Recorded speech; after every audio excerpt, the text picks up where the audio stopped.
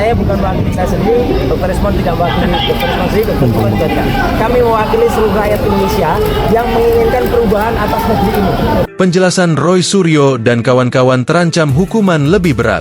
Kasus dugaan ijazah palsu Presiden Joko Widodo memasuki tahap penyidikan dengan risiko hukuman yang lebih berat bagi 3 tersangka, yakni Roy Suryo, Rismond Sianipar, dan Tifauzia Tiasuma. Ketiganya masuk dalam klaster kedua yang dijerat pasal tambahan terkait manipulasi dokumen elektronik. Kombinasi pasal ini membuat mereka terancam pidana hingga 12 tahun penjara.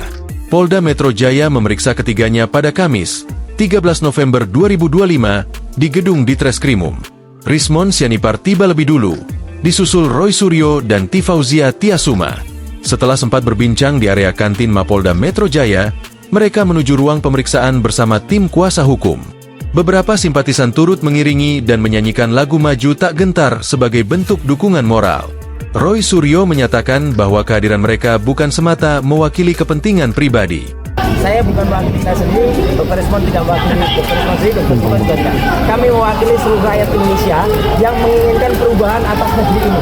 Ya, negeri ini sudah lama lebih dari satu dekade mengalami suatu rezim yang sangat jahat, sangat bengis, dan utamanya adalah apa? Yang telah menggunakan segala cara, menggunakan segala daya, termasuk ada penggunaan ijazah palsu yang kemudian tidak berani terbongkar sampai dengan sekarang.